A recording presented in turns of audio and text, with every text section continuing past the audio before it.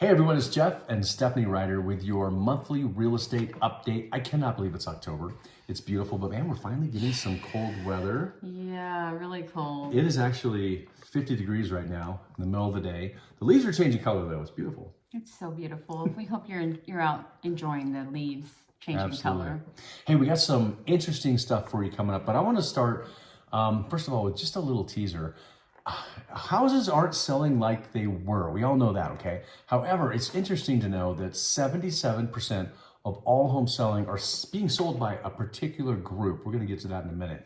Yeah, but first, let's do something a little different. Okay. Let's dispel 3 of the myths that are out there that we would love to clarify and shed some light on that. Yeah, I think a week doesn't go by where we hear one of these, so we thought we'd pass them on to you. Okay, myth number 1, foreclosures are increasing, and we're hearing more about foreclosures. And that's true, and that's false. What? Yeah. Which is it? Both. Hey. So foreclosures are up, but they're not, right? Yes. Okay, let's take a deeper dive. Yep. Foreclosures are increasing. And to give you a visual explanation of what I'm saying here, the red bars all the way to the right for the second half of 2022 and 2023 are definitely up over the pandemic years. Well, yeah, because, there was a moratorium during the pandemic years and it was almost impossible to foreclose on a property. So I guess that would make sense. So it's kind of up from zero, right? Yeah. We're Okay. not in a foreclosure crisis by any stretch of the imagination, even though percentage-wise, they're up over when there were very little or no foreclosures. Yeah.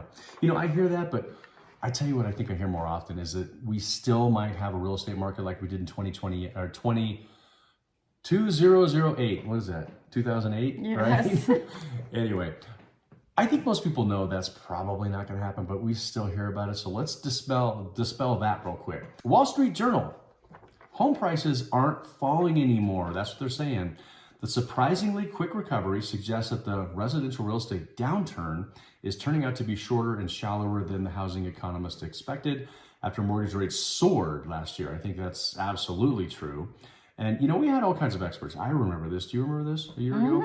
Where people were talking about, we might see prices fall 20%, 10%, 8%. Well, they did fall a little bit at the end of last year. Last year was kind of the most bizarre real estate year ever. But you know what? They came back again. And the national resale home prices fully recovered and now actually exceed the peak that we had in 2022. Let's take a look at the Pikes Peak Association of Realtors price graphic here. It's just like the national one, huh? A little blurry, but if you look close enough, you'll see a trend. Is the same for locally here in Colorado Springs. A year ago, the average price of a home was $523,000, and now it's $540,000, even as rates get higher. Crazy. Another thing to consider is that unlike in 2008, Americans are sitting on a lot of equity. You can be surprised to know that 68% of Americans with a mortgage owe less than 50% of the mortgage. That is crazy. And that's definitely something we didn't have in 2008. Back then, their equity lines were razor thin. And now 69% of people owe less than 50% of their mortgage. Yeah, I mean, That's significant. It's good news. All right, so on to myth number 3. And that is that this time of year, the inventory of homes for sale always drops. And I would say in a traditional market, that typically happened. But I would also say, when was the last time we had a traditional market? I just can't remember. That's kind of a blur. Yeah. And there's a lot of speculation about what that really looks like, right? I would say that at this time of year, a lot of people already have their kids in schools and, they're just buckling down for the holidays And it's going to start snowing soon. Yeah. Who wants to move when it's snowing, right? Well, some people do. But Me. yeah. So anyway, check this out though. The inventory of homes actually ticked up in August and September. A trend that we do see here in the Springs as well. If you take a look at this graphic, it's a little hard to see, but the inventory of homes for sale in the Springs has risen steadily for the past 7 months, actually, believe it or not. In February, we had 1,443 homes for sale. Last month, we had 2,443. So that's actually 1,000 homes more than we had in February. Now, you know what? Could it start dropping off a little bit? I would anticipate so because I still believe We could have a little bit of a traditional market, but who knows? Last year was different, right? Last year, I think people were still in shock this time of year. They thought, what the heck's going on? Are these rates going to stay up this high, or are they going to go back down? And they put their house in the market maybe in June and got caught, with the rising rates. And so yeah, so there's a lot of uncertainty and has been, let's be honest, for a while. From war in Russia and now fast forward all the way to war in Israel and the Gaza Strip.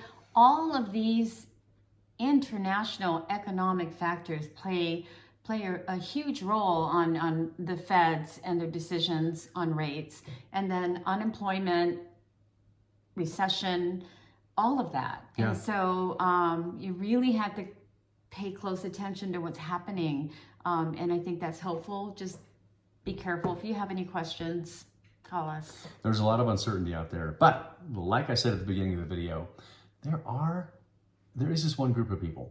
77% of all the homes selling belong to this one group of people. So check this out. Drum roll, please. Oh, yeah.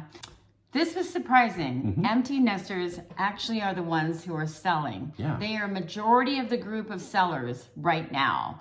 In fact, nationally, 77% of all home sellers are people with no kids at home, followed by 10% with one child, 8% with two, and 5% with 3 or more children. I thought that was interesting. I went back and looked at all my transactions from this year. Almost every one of them is from a family who was moving to be closer to more family.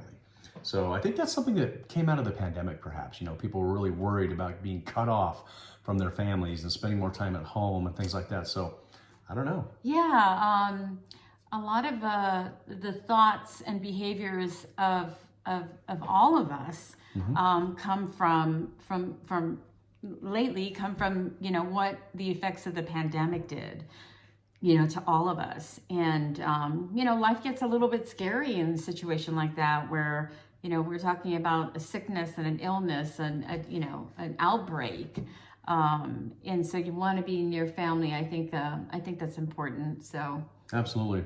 As far as the real estate market goes, the future, the next 6 months, who the heck knows? I think rates are going to stay high. I've heard they even could go up to 8, right, before they come back down. Again, who knows? The bottom line is, we hope this information has been helpful for you. However, if you want a specific look at your particular situation, are you moving closer to be, closer to your grandkids or family or something like that? Yeah. And is now the time to sell, or should you wait till the spring, right? Right. And what will the spring look like? That's another thing. It's changing every day. Yep. So give us a call. Yeah. And we'll sort it out for you. Take care. Yeah. Bye-bye. See you.